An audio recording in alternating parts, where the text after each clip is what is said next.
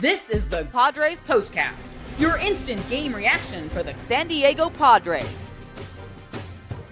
Part of the Locked On Podcast Network, your team every day.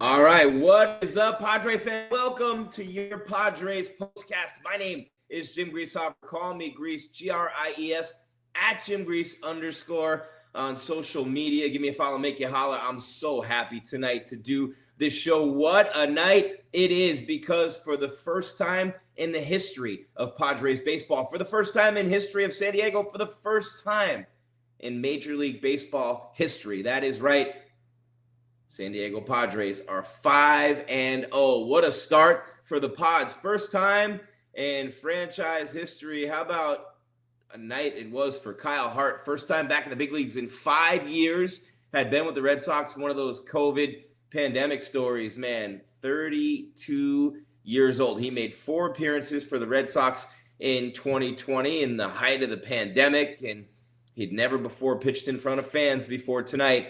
But he looked pretty good tonight. 5 solid innings at Petco as the Padres win to go to 5-0, 7-2 the final over the Cleveland Guardians. Look, you sweep the Braves in a 5-game series, and now the Guardians coming on in, right? You know what I mean? So they got it too. 7 runs on 12 hits tonight for the Padres, 2 runs on 8 hits for the Guardians, who actually had the lead briefly in this game. José Ramírez with the home run in the first inning, picking right up where he left off last year, obviously. But how about Hart? Gets it done in 5 innings. Look, he gave up 2 runs, right? 2 solo homers in 5 innings, but a bullpen that had been stretched a lot over the weekend and responded with an amazing performance. And so far, so amazing for the Cleveland bullpen. For the San Diego bullpen. And against Cleveland tonight was no different. 4 innings of shutout baseball again for the pen. They were fantastic. And another brilliant outing for the relievers for the San Diego Padres, and there's really no other way to put it.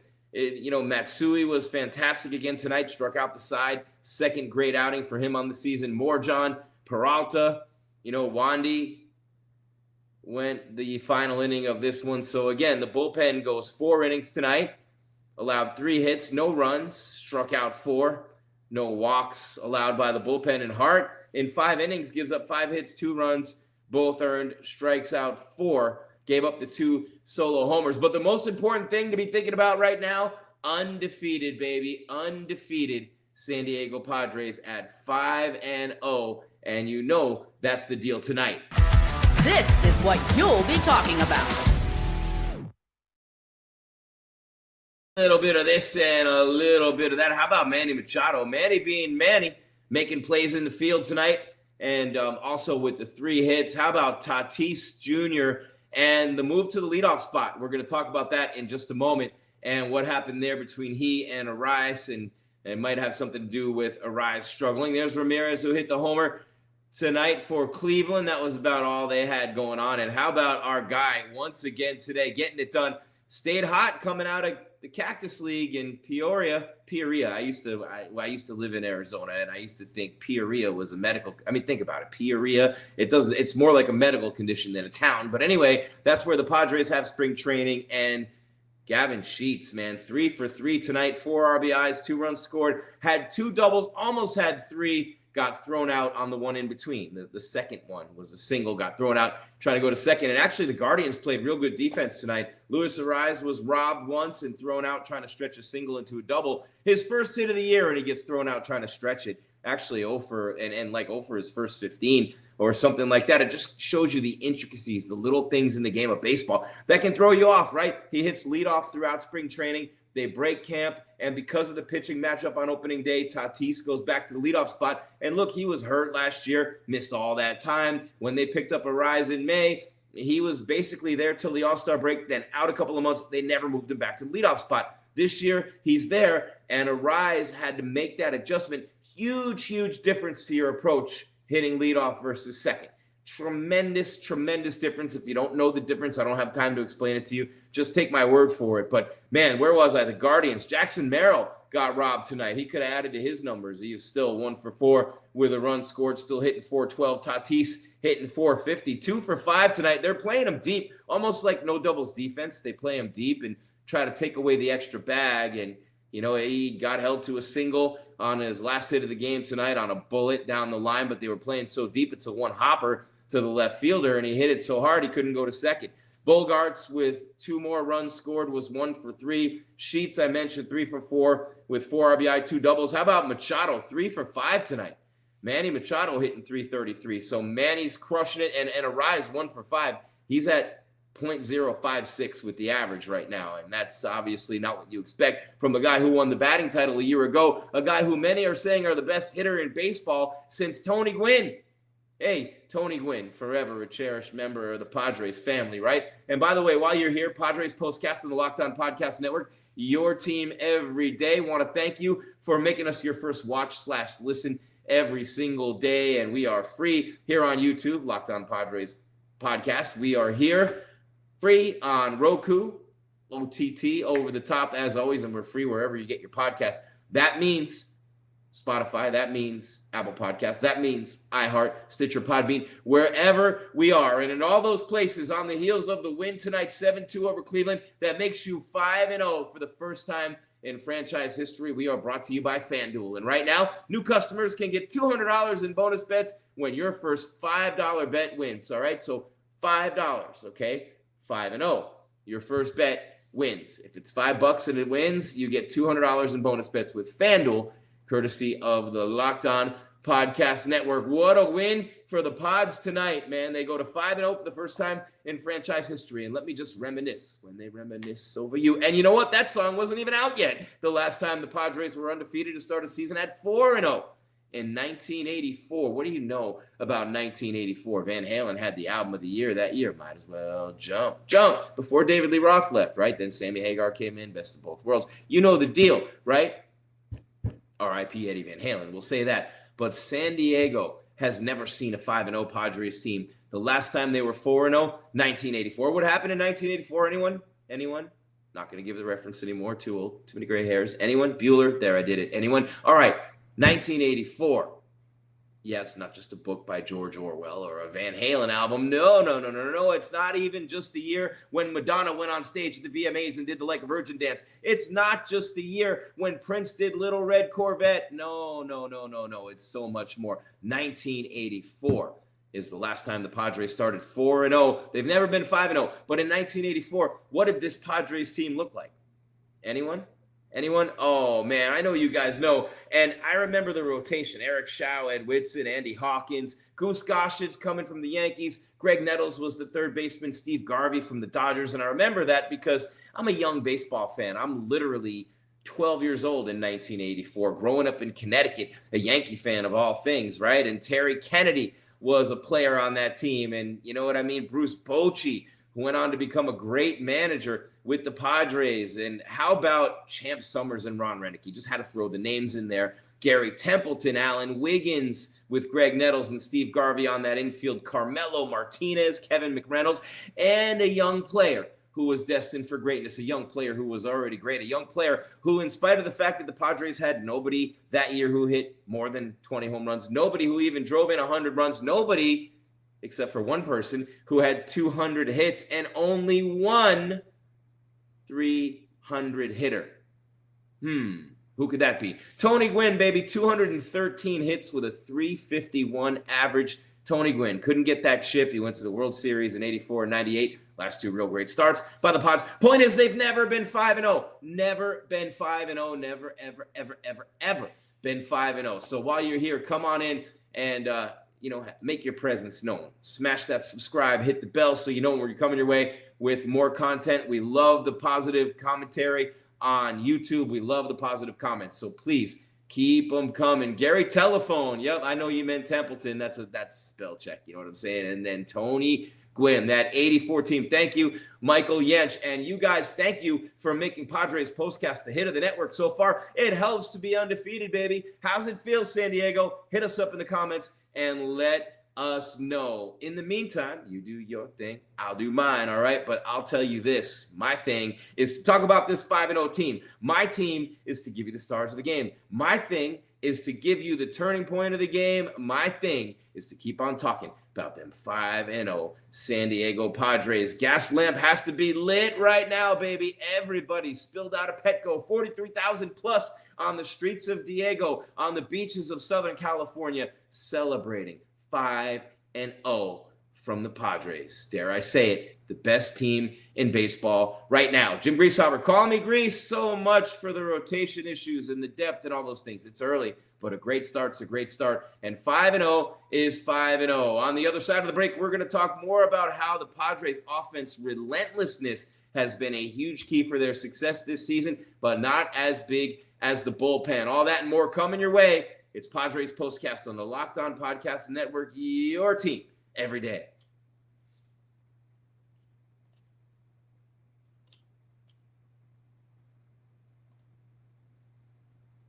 And I get a chance to tell you, and I just did, but I get a chance to do it again about FanDuel. Yeah, baby. In spite of the fact that I wasn't super smooth heading into the spot, I don't need to be all the time. I mean, hey, look, nobody's perfect, right? But it gets close to it at FanDuel. You're putting action on the action. Never mind the fact that the Padres are 5-0 and it's baseball season. But how about March Madness? FanDuel giving you the chance to get in on the action like never before. Right now, new customers can get $200 in bonus bets when your first $5 bet wins. That's 200 extra bucks to use on everything from buzzer beaters to Cinderella stories, even who's cutting down the nets. What about the Padres going 6-0? I love FanDuel. I love to pick my favorites. I got my eyes on you. Everything that I see. I got my eye on some underdogs this year, and FanDuel makes it easy to back them with spreads, totals, and game props. Calm down. I'm not in the beef with Drake and Kendrick. I know where I am. I know where I'm at. I'm in Southern California. Remember Snoop Dogg? We know where we at. Staying in the action with FanDuel, with tournament games happening almost every day. There's always something exciting to bet on. It's easy, it's fast, it's simple to use the FanDuel app, and when I win, I get paid instantly. No waiting around. You know, Southern Californians, we can't stand to wait around. So visit FanDuel.com, get in on the college hoops action all tournament long. Baseball, you know this, 5-0. FanDuel.com on the Locked On Podcast Network.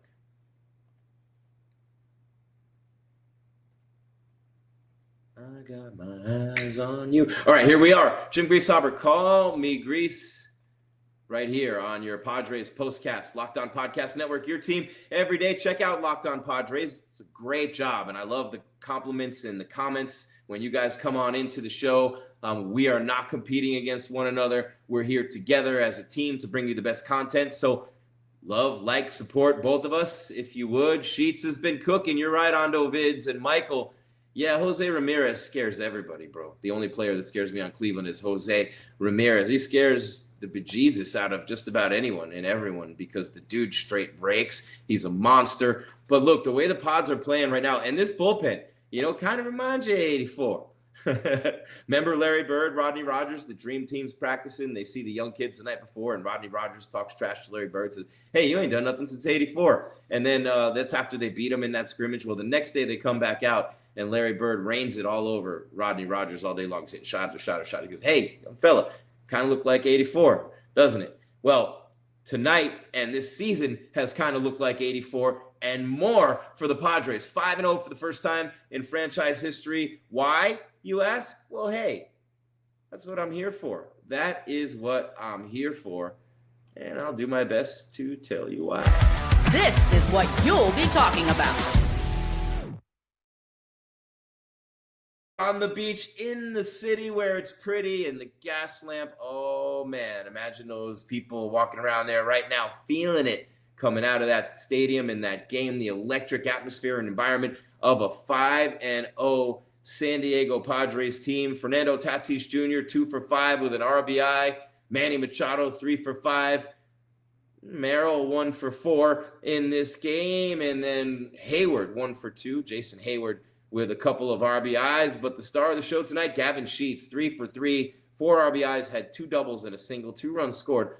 Maybe would have scored a third, maybe another RBI, but he got thrown out at second base trying to stretch a single into a double. Luis Ortiz got thrown out trying to stretch a single into a double on his first hit of the season. And I wanted to touch on that real quick because while the bullpen's been lights out and we've been talking about Jacob and Matsui and Morjon and Peralta and Suarez and all these incredible pitchers and these arms out of the bullpen, and we knew that. And we've talked about the starts that you've gotten. A feel-good story from Hart. Gave up the 2 solo homers in 5 innings, 5 hits, 4 strikeouts, and a walk tonight. Gave them what they needed till you turn it over to the pen, which has been absolutely phenomenal. Lights out, as has been the defense. Pitching and defense have to be lights out. And the way that those back end of the rotation guys, and look, I'm not, you have to, obviously, Hart's not going to be in that rotation all year long, you'd have to think, right? Musgrove's not coming back this year. He wants to come back in October. Highly doubtful. But Darvish, he's going to be out a little bit longer. And the way that they've gotten off to this start, you have the ability to now take your time with Darvish because, like they've said, and correctly so,